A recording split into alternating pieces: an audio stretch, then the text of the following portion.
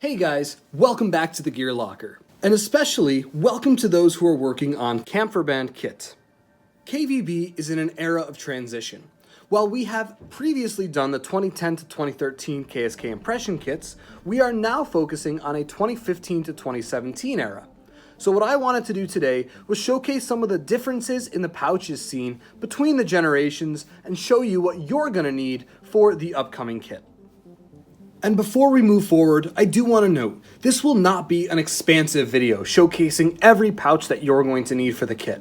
For that, I would recommend checking out the Kampfverband General Interest Facebook group, where we have kit lists posted and updated frequently to give you guys the best head start into finishing this kit. Let's start with one of the main pouches that you're going to need on your plate carrier, and that's the magazine pouch. Right here, we have a Lindnerhof Taktik Gen 2 magazine pouch that was also issued with the Gen 3 set. Right here, we have a Lindnerhof Taktik Gen 4 magazine pouch that, in addition to being issued with the Gen 4, was also issued with the Gen 5. And finally, we have the Lindnerhof Taktik multi-caliber pouch. And while this one is for more than just the standard G36 magazine, it is very commonly used to hold just that. One of the first things I would like you guys to note is how different they look in general. This design is one magazine pouch with kind of a trim around the edge, which is a very common theme you'll see with 2010 to 2013 era KSK pouches. It also has an elastic retention band. In addition to this, on the back side, you are going to see two malice clips. The tag you'll find can look like a couple of different versions. However, for this generation, you'll typically see a black or green tag with a paper tag underneath giving some issued information. Unfortunately, this pouch is no longer kosher for the 2015 to 2017 KSK kit. Even though this one was issued with the Gen 4, this has been seen in the modern kit. This one, as you'll notice, is a much more simplified design with no exterior trim, no elastic retention band on the front, but instead on the sides. And on the rear, they finally moved to PALS webbing. The indication on this one will be on the inside in the form of an orange tag. And you'll also notice a drainage hole at the bottom. And again, while this was seen in the 2015 to 2017 era, it is not nearly as common as the next one we're going to look at. Here is the tried and true Lindnerhof Taktik multi-caliber magazine pouch. This one has a very rigid back, a rigid front, and plastic pieces on the side. This is very reminiscent of the HSGI taco pouches, which I'm sure you can guess the theme by now after watching my videos. Lindnerhof likes to copy a lot of tried and true designs. This one has only 2 rows of MOLLE on the front, which differs greatly from the previous versions, which had 3. You'll also notice a very small, slim row, which, while it can be used to secure pouches, is very difficult to work with. On the rear, they retain the PALS webbing. However, the manufacturer's mark is instead on the outside in the back. And if you can find that Bund label, that's what you want. So in general, when you're working on your 2015 to 2017 kit, this is the magazine pouch you're going to want. Now let's move on to the medical pouches. Boy, what a difference straight from the get-go. This medical pouch was based on the Tactical Tailor one. Has a spot for the medical shears up front, has 2 buckles, you open it up, it's got a zipper inside, and of course, it uses malice clips. However, once they transitioned to this pouch around the issuing of the Gen 4, this has become the gold standard. I am showcasing this one in the 3-farb color, however, in 5-farb as well as multicam, it is kosher. Naturally, it's very easy to see the difference in shape. However, some common themes that we do see are a trim on the old gen, which is not present on the newer generation. In addition to this, the newer generation is a dual piece design, where you have your main pocket and then your outfolding pouch. When looking for a medical pouch, I don't want to discount that this pouch is awesome and is still currently used by the Luftlandeaufklärungscompanie in the era that we do, which is 2017. However, for general kits, including any of the greenside kits, this one is good for everything. And again, you can get that in 3-farb, 5-farb, or multicam, although the 5-farb is the most universal. And if you need to hold a lot of stuff, the GP is what you're going to want. This Lindnerhof Taktik general purpose pouch is large. It did show up very early on in the original iterations of the 2010 to 2013 Gear, as well as in another version which was about half the size. Both of these GP pouches had the malice clips on the rear and a zipper going all the way around. What you'll find is a lot of the GP design didn't actually change. Let's take, for example, the small horizontal pouch. Up above is the old gen version, while below is the new gen.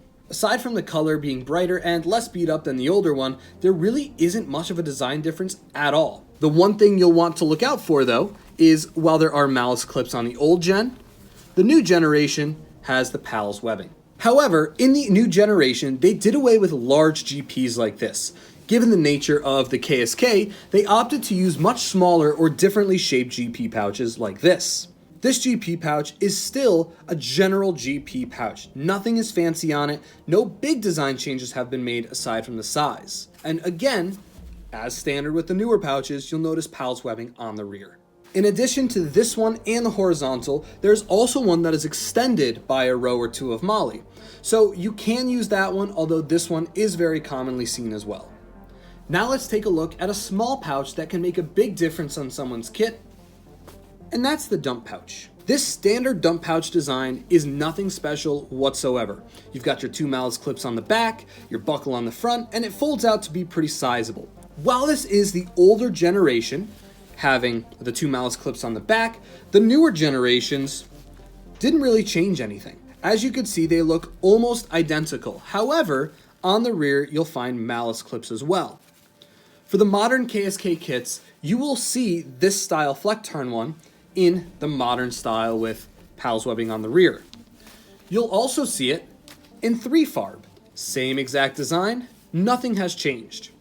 However, I will note that this new design with the PALS webbing is not necessarily as common as one other dump pouch that Lindnerhof Taktik introduced with the Gen 5 system. This being the foldable dump pouch. This dump pouch is all held in with a small elastic pouch. And again, you find the PALS webbing. Once you pull this one out, you have no buckles, you have a retention strap, and it's just a simple, very compact design. And that's why this one was used much more often than the older styles. I did want to show you something interesting about radio pouches used in the past versus the radio pouches used now. This right here is a tag foldable embedder pouch.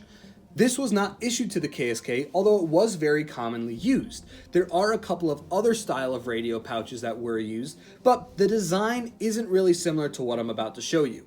However, in the same vein of Lindnerhof copying HSGI, they pretty much copied tag. This embedder pouch is very similar to the tag embedder pouch, with a couple minor differences.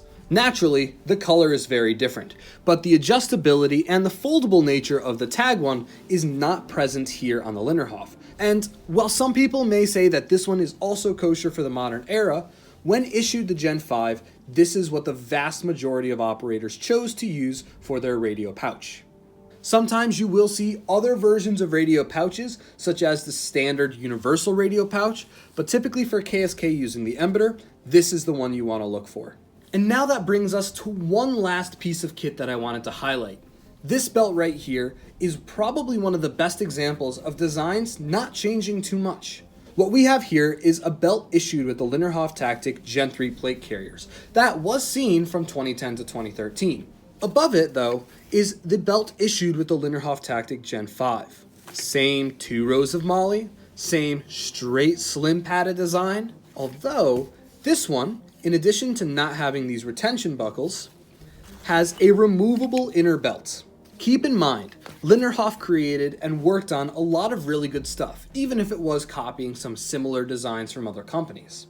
So without the need to completely reinvent the wheel, they reused a lot of designs and ultimately made some equipment era to era that was kind of similar. However, with a keen eye and knowing some of the details that you're looking for, it'll be very clear to you which ones are the old gen and which pouches and equipment is the new gen. And then you got stuff like this, which has never been seen in any photos, but just happens to be really cool. So with all that being said, thank you guys so much for checking out this video. I hope this gave you a little bit of insight as to what to look for when you're putting together your 2015 to 2017 KSK kit. Kampfverband is always willing to help new prospective members and help probies build out their kit to the best that it could be. So if you have any questions, feel free to reach out.